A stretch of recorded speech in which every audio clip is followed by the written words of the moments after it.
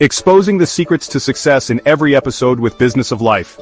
Hosted by the unstoppable Jordan Kensington, Business of Life is your weekly dose of inspiration and motivation. Every episode dives deep into the minds of entrepreneurs and iconic personalities from all walks of life, revealing the stories and strategies behind their success. Whether you're a seasoned business owner or just starting out, you'll find valuable insights and actionable advice to help you thrive. Tune in every week for powerful interviews, game-changing ideas, and the motivation you need to conquer your goals.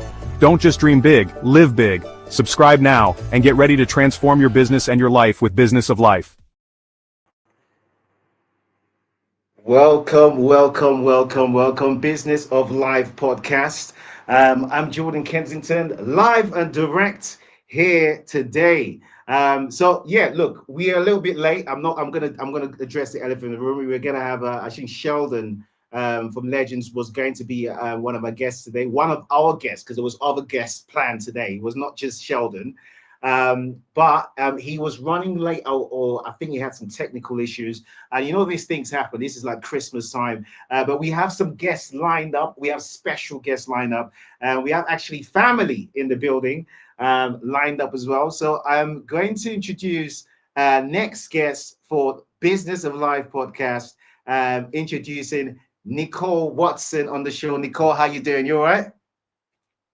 Hey George, it's not giving a lot of business, but it's life, right? So business No. and life. Everything is giving business. Everything is always giving business. At the end of the day, it's called a business of life, right? So that means life could be. I mean, this is evening, right? So life could be anywhere, right? Life could be chilling. Life could be at home, in a restaurant. Life could be anywhere. But yeah, Nicole is here. For people that don't know you, anyone who's watching and saying, what about Nicole? I know, right? But I'm obviously, we're like family. We go all the way back. But for people that don't know, right, what I like to do on Business of Life is literally go all the way back to the past. How you started, so you're able to kind of follow someone's journey, because you can't start in the future when you're all about a journey. So for people that don't know you, where were you born?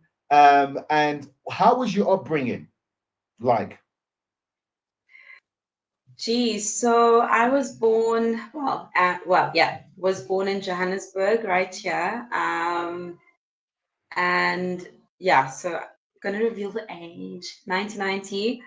And 34 years ago, look, it wasn't the dream upbringing or background, right? My parents split up. I lived between my mom and my granny, and at a stage, my dad, while my family was sorting out like custody things.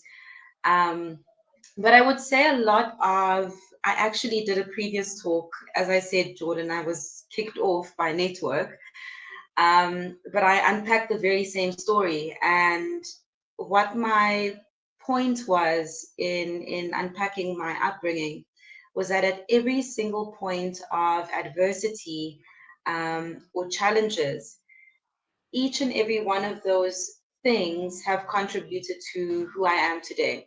So I always felt like the outsider or the newcomer because I was in new provinces, and I think I had like joined four new schools before the age of 6 or Wow. 7, and that was between KZN and here in Johannesburg, while my parents was sorting their things out as it goes.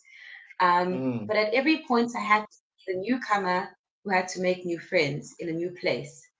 And I often didn't sound like the people that I was taken to. And I stood out for some reason. And as much as I just wanted to be like the new girl who hides, I was always like at the forefront of things. So I remember in grade 1 going to grade 2, I was in Pietermaritzburg, still living with my granny. That's in KwaZulu-Natal near Durban. And my teacher pointed out, like to my granny, that wow, this girl is so intelligent. She has such a broad knowledge of nature and loves the outdoors. Because I used to watch David Attenborough and National Geographic. I Oh, David. loved it.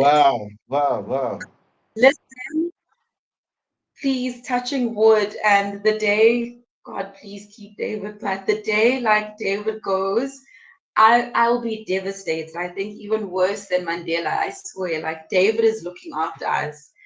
Um, but yeah, so I think so grade two, and then finally they sorted their things out, and I moved back to Johannesburg and spent my primary school years and a year of grade eight um, this side. But what in that time I found myself, but became a very strong leader. Like I wouldn't take.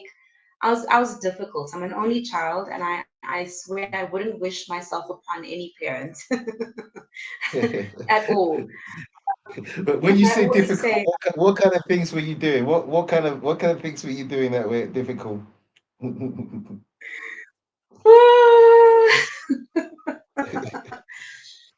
so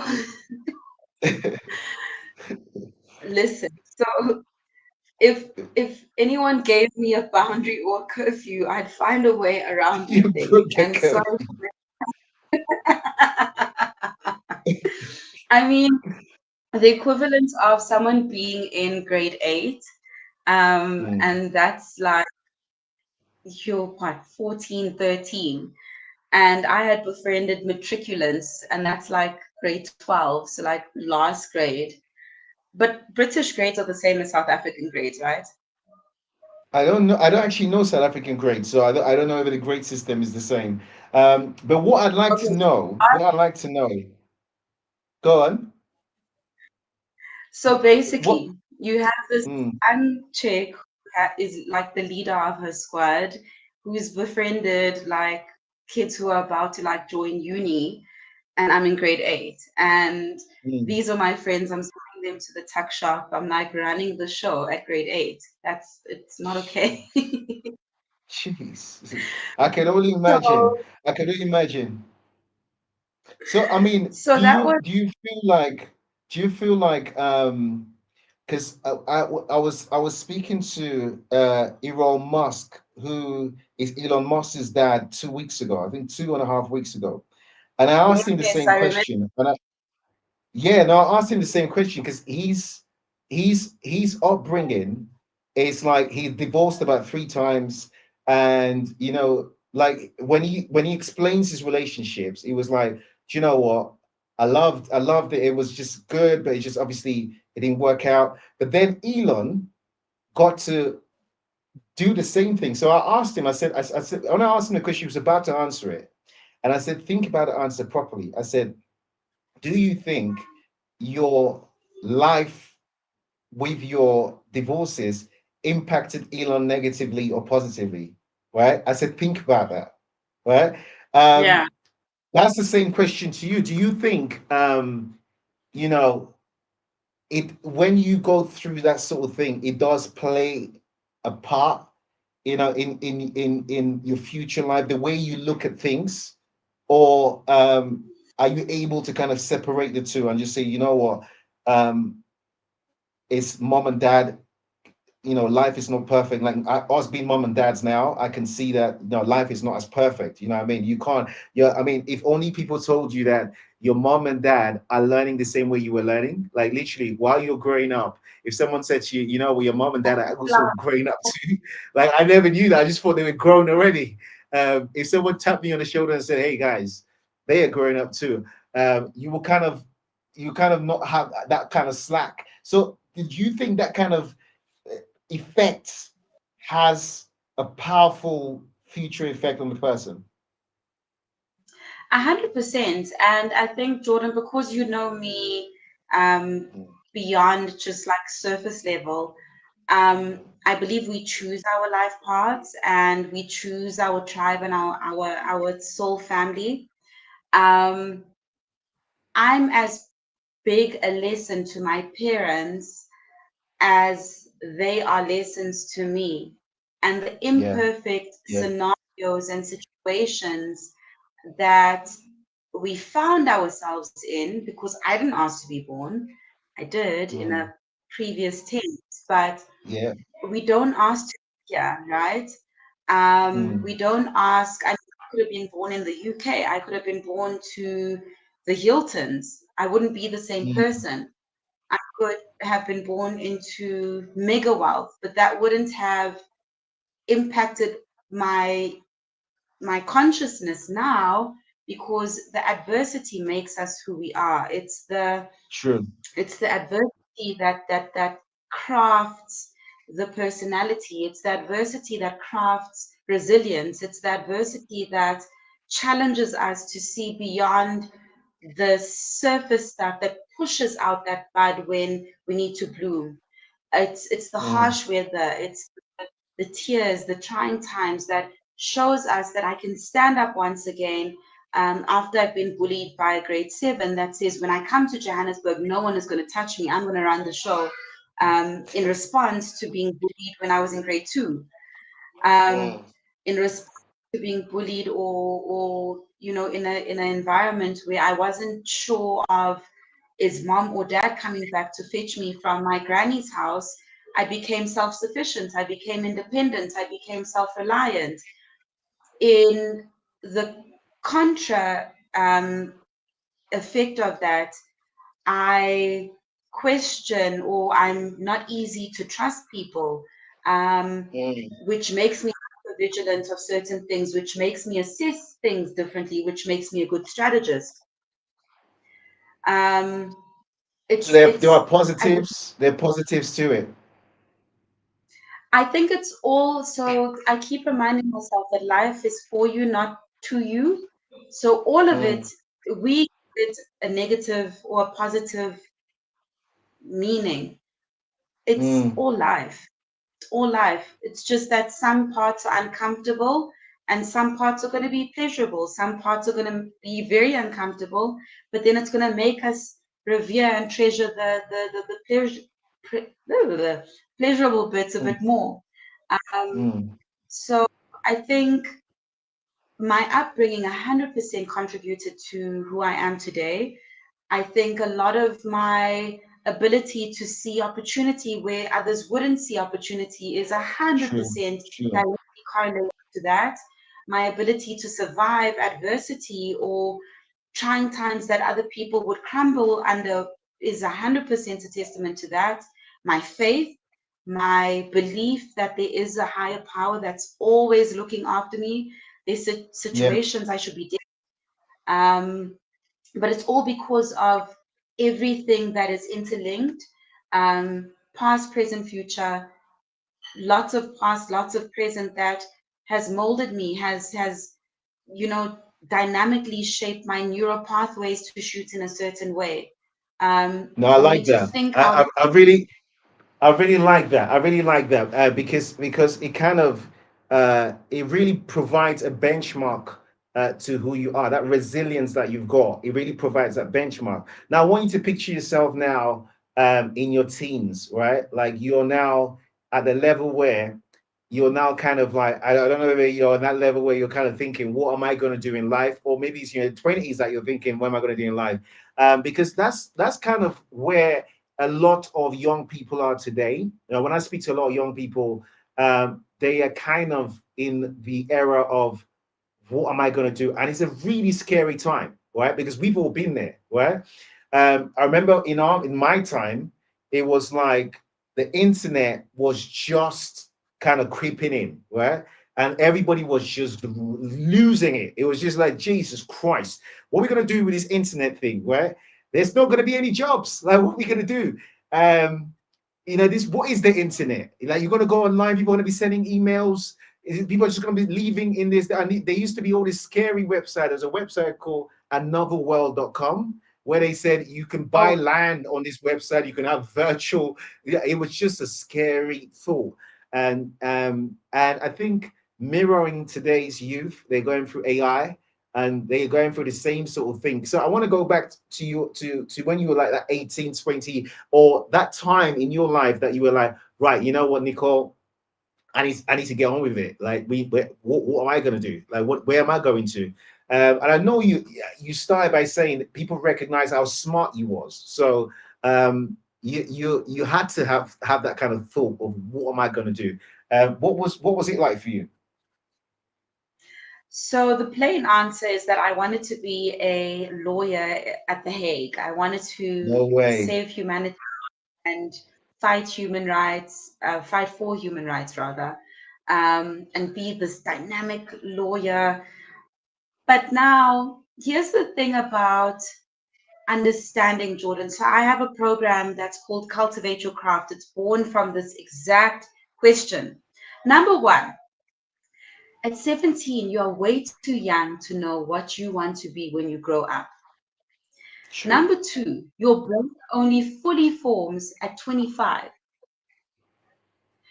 Number three, you're never done growing up. True. Yeah, that's true. I So agree with that. So I go to high schools and I speak to high school kids about their subject choices and cultivating an attitude of excellence as young as possible. Why?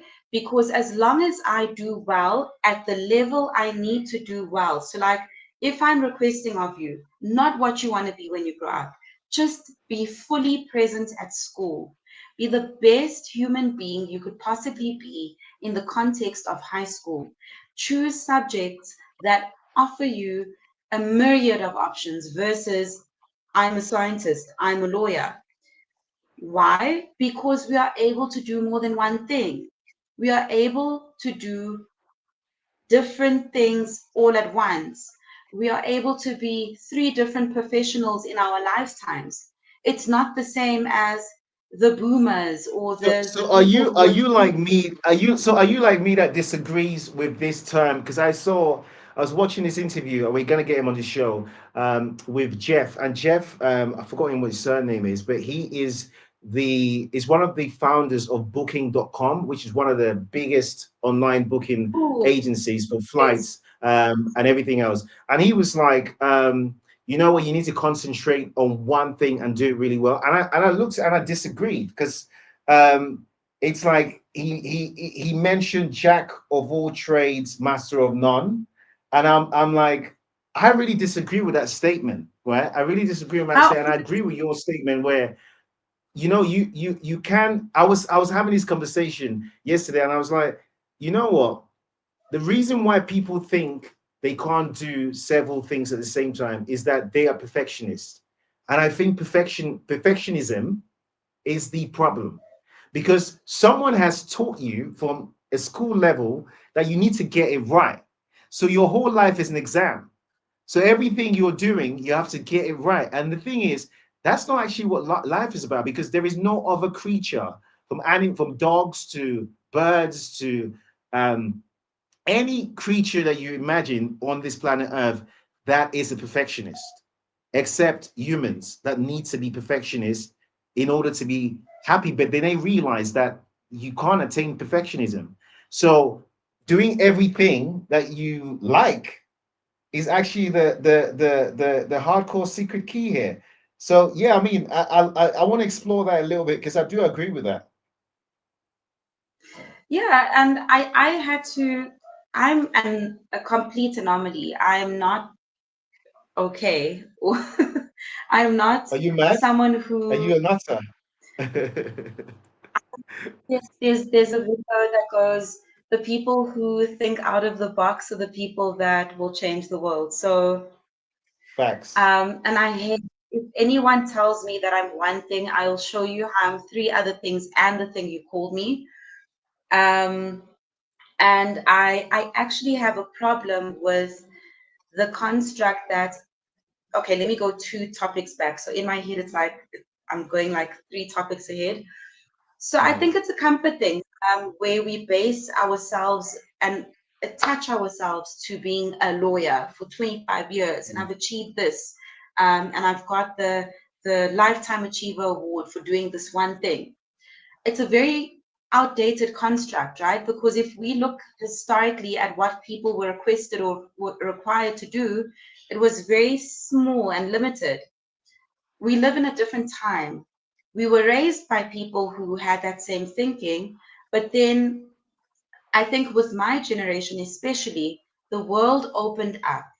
So, with that world opening up and perspective opening up, I also understood that what I want to do when I grow up is I want to be an advocate for people, not an advocate in law, but defend people who are voiceless, speak on behalf of others, offer insight. But what that looked like to me as a child, because I was watching Law and Order, is I want to be a lawyer, right? Right. Right. So Right. Right. there's a lot of there's there's vocabulary that we lack when we are growing up. So if you feel like you want to defend people and you want to help people, I want to be a policeman. You identify certain things and pictures with the incorrect vocabulary. But if you actually open that job up and you say, actually, my love, what do you like about this fireman? What do you like about the fireman's job? What do you like about the policeman's job? What do you like about the lawyer's job? What does that represent to you? Then you'd open up that whole conversation, and it's like, oh, I can be 10 other things that look like this and sound like this, but I didn't have the vocabulary when I was 6. And I decided I wanted to do this thing when I was 6, and I just continued. And now I'm choosing my subjects based on that and end up hating what I'm doing because I've decided that I need to please mom and dad. And I've decided that this is what this thing represents, and it's not the truth. I didn't know Right. marketing and communications existed. I didn't know work could be fun. I didn't know I was supposed to love what I was doing. I thought work had to be arduous and taxing and draining until I broke out of all of those things and I started having conversations with a lot of people.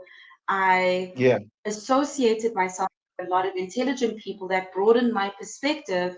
And that's why I'm so passionate about introducing this to kids as young as 14, because do not make those kinds of permanent decisions when you're that young. Just do the very best, get the great marks, so that if you want to change from law to psychology to marketing, you have that available because you've done your best. You haven't done the bare minimum in high school where you've closed those doors for yourself. All we're asking you to do when you're a teenager is be the best teenager. We'll deal with the rest afterwards. Because you are not even there. No one knows. I I Well, I still what, say, mm. You know what? You're completely right. You're completely right.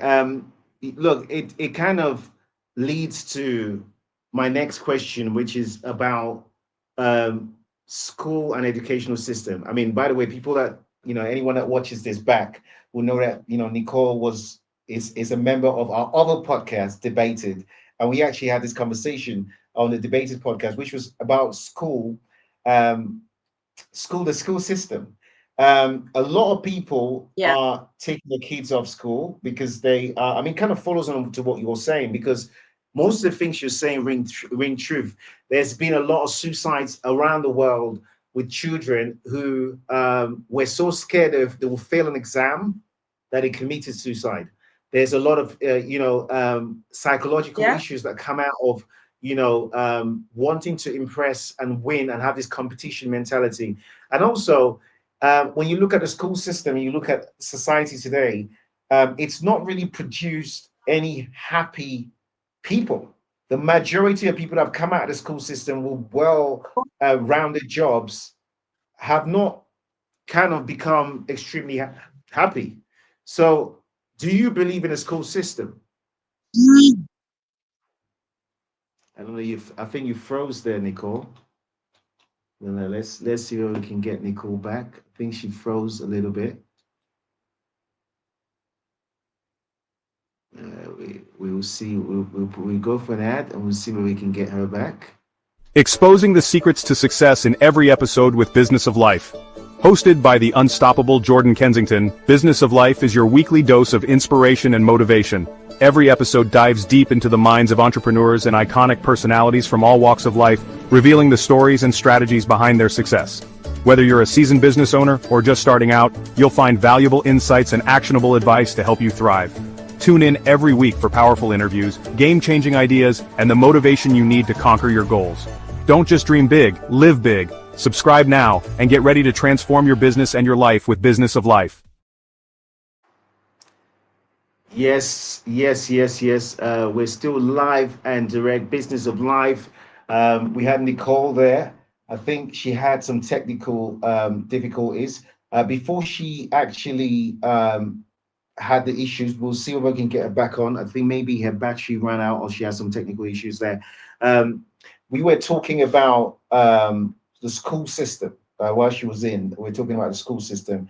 And the main thing we're talking about is whether the school system is actually something that we should be extremely excited about still, because a lot of people are kind of turning off the school system because they found out that it's not really creating happy kids in the long run. It's not really creating happy adults either.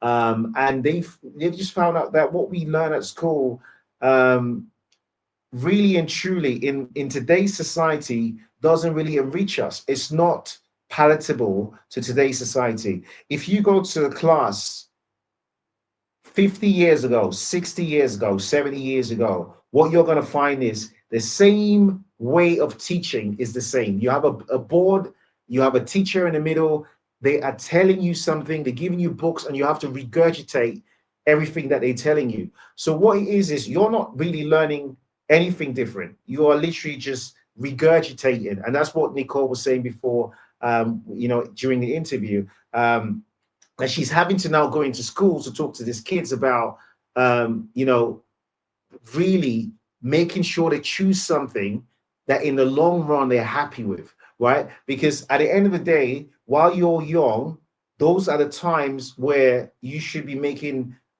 decisions on how to remain palatable, happy in society, rather than decisions on, the scary thought of, well, am I going to be a lawyer? Am I going to be a doctor? Am I going to be this and that? And all that. Those are all things that in the end, what we found and what you found with loads of people that have these professions in the end, majority. I know there might be loads that have different points of views, but the majority always end up not being extremely as excited as they were in the first place. So I really believe that is something that I think people need to look into. Me for one. At a very, very young age, I decided, I obviously went to, I come from the school system. My mom's got a school, college, went to university, studied a law degree as well. So before going into entrepreneurship and business, I was all for education and everything else until I did that law degree. When I did law, I actually found out that I didn't want to practice law. And how I found out I didn't want to practice law was it was just the kind of realization that it's other people's problems. It's not your problem.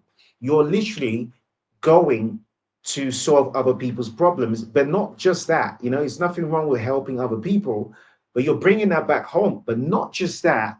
What are you praying for? So if you are, for example, a divorce lawyer and you are praying for more business, you're praying for is more divorces because you are actually that's how you make your money. If you're a doctor, I mean, doctors help a lot of people. Doctors are very noble act, but you if there are no more patients, you don't have a job. So you have this system that creates um, problematic jobs and then makes the jobs the solutions to the problems they've created. Whereas society before that, for example, um, in the medical industry, before that, it was natural medicine. It was like literally people were curing themselves of the herbs. In the legal industry, before that, it was what we call ADR. ADR is alternative dispute resolution, where you and the other party will sit down and there'll be a mediator in the middle, and you guys will come to an agreement. But those things have changed now, and I think it's highly due to the educational system. I think that is something that's created a huge flaw in society, and I think that's what we were talking about earlier on. And I think that's something that um, when we look at in the future, when we look at the past and see how many people have been affected by this thing we call education, you're not actually learning to be creative and to be free of of choice and mind, you're learning somebody else's history. And that's why it's called history, his story. You're learning somebody else's experiment. There's nothing wrong with learning someone else's history and someone's experiment. But the thing is, how do you think they created their history? You need to be creating your story. History is just his story. And, you know, learning and spending years and years learning someone's story, history, and then regurgitating it, I don't really think that's education. Learning someone's experiment and regurgitating, I think your story is created by you being creative, learning what makes you happy. And those are questions that are not promoted at school. It's like, what makes you happy? What when you look at your life, those little things. I mean, having a child, you can tell the little things that make them happy. And those are the things that you want to kind of see whether you can empower and promote. Now, what makes you happy? So that's those are the things that I really strongly believe that in the future we are going to see a society that stands a little away from the school and educational traditional system as we know it, moving on to much more of a different style, which is more homeschooling, which I believe homeschooling is going to be the future, because homeschooling um, is, for me, designed for you. What I mean by that is, I've started seeing people doing homeschooling curriculums, people doing homeschooling websites where they have packages for homeschooling, and I think that is risky, because that's just moving the school from the classrooms to your house. That's not what homeschooling should be about. Homeschooling for me should be something that is a curated system based on you. So, what are you into, right? And it leads quite nicely to the university we are launching in 2025 next year, called Uni Republic. And for those who want to find out some more information about that, can go to unirepublic.org. That's unirepublic.org. You can register as a teacher or you can register as a student. Now, with Uni Republic, what we're going to be doing that's different to your traditional school is that we're going to have teachers who are experts in what you want to learn. And when I say experts, I don't mean, say, for example, you went to business school and you are being taught by someone who is teaching you about business and has never launched a business in his life. Now, all due respect to him, he's got the information, he's clever, he knows about the business. But the question is, if you've never launched a business in your life, how can you teach about business, right? So Uni Republic will have entrepreneurs, business people who have launched businesses, teach you about how to start a business in 2025, how to make a business profitable, how to expand your business, how to think about franchising your business if you want to go down that route, or expanding into different territories, partnerships, how to raise capital. These are core things that should be taught by people who are consistently doing those things on a day-to-day basis. And what you find is, unfortunately, in our traditional universities, these are taught by people that have never launch businesses. That's why you see when you go to some of the most successful unis in America, like Harvard, for example, you will see kids or students from Harvard drop out from Harvard and create businesses that rival the actual university. I mean, Mark Zuckerberg is one of the examples. He dropped out to start Facebook, which became one of the biggest platforms in the world. I mean, if he'd stayed and finished his university, what would have been his outcome? I don't think he would have been better off in life than him actually concentrating on that. So I really think the segue to Uni Republic, which is the company we're launching next year, is going to revolutionize the industry. It's going to change a lot of things in the industry, because it's going to really provide a path for students to learn differently, and also it's going to provide a path for thousands and thousands of teachers and mentors and mentees worldwide to connect. So if you are watching, or if you're watching this rebroadcast, wherever you're watching from, um, check out Uni Republic, right? If you've got a chance, go to Uni Republic, and it's just unirepublic.org, and check that out, because and register. If you want to register as a student, register as a student. Enrollment has started now for Uni Republic. It's a university with a difference. You know, you can also register as a teacher on unirepublic.org. I will put all the details to Uni Republic also on underneath on YouTube, on Vuvix TV. I think this is on Facebook as well. I'm going to put all the details on there for people that want to um, either become a student of Uni Republic, or you want to actually join Uni Republic as a teacher. So I want to check online as well. I'm going to check and see who's logged on and where you guys logged in from. As I said, there were a lot of, I think. Yeah, we had as I said to you guys, we had Sheldon, who was going to be on a show today, and he couldn't make it. But we're going to see where we're going to try and get him on for tomorrow on the show. We're going to see where we're going to go and try and get him on. I'm going to look at seeing whether we can get Nicole back on the show. Um, Yeah, so interesting topics there. You know, the school topic, very interesting. One thing I wanted to talk about as well is AI and disruption of AI and what AI has, you know, done so far. I think, yeah, that will be a key thing. I'm just gonna look at to see who's logged in, where they logged in from. Yeah, I can see you guys. When you log in, make sure you tell us where you're logged in from as well, and I'll give you guys a shout. Yeah, tell us where you're logged before I give you a shout. I can see there's watching at the same time is chaotic. Don't forget unirepublic.org. That's where you go and actually check. You can go to unirepublic.org. Um, if you want to find out more about the university and what we're doing with that, go to unirepublic.org. Also, vuvixtv.com. We're going to be doing so much next year with that. And one thing that I wanted to, I mean, I don't know whether this is the right place to talk about, because we can really talk about that a lot next year, is live shopping.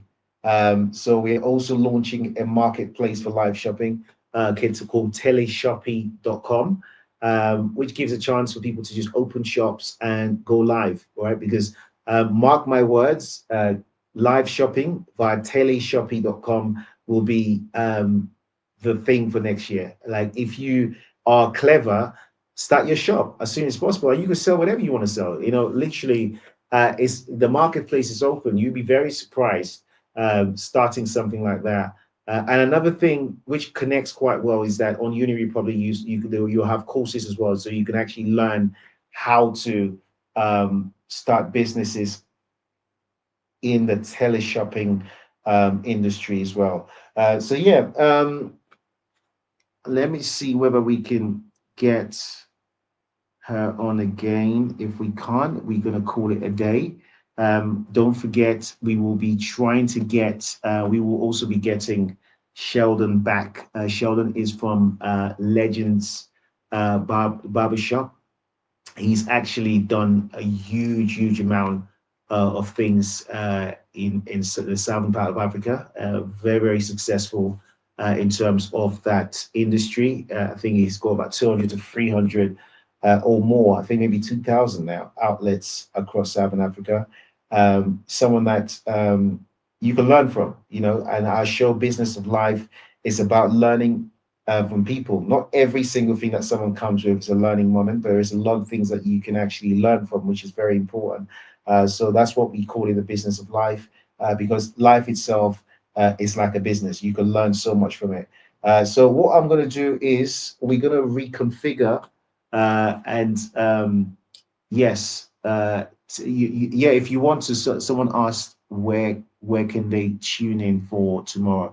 Yeah, tomorrow's show. If you want to tune in for tomorrow's show, Gary. If you want to watch the show tomorrow, you can either we are multi-streaming across different platforms. So you might be watching us now on a different platform, but we're actually multi-streaming across by 9 different platforms at the same time, which is the beauty of technology in a way.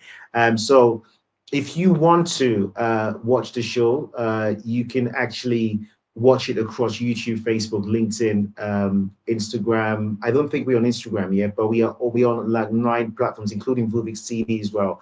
So you'll be able to connect to one of that. We're also on Twitch.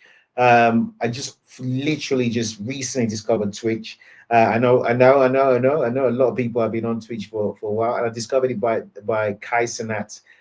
He just did a marathon on Twitch, and I discovered it, and it is actually a good platform to really stream live on, as well as Vuvix TV. So yeah, so I think this we're gonna call the show. We're going to call it an end to the show today, and I'm going to join you guys tomorrow, where we will have a special guest, Sheldon, on board. I might get Nicole back on the show tomorrow. She might have some questions for Sheldon as well, so we can all join that for that. So if you want to join us, it should be at 7 p.m. tomorrow, but we will have all the announcements live on all socials. So from me to everybody, look after yourselves and each other. Have a great evening, and I look forward to seeing you guys live on the stream tomorrow. Take care, guys. God bless.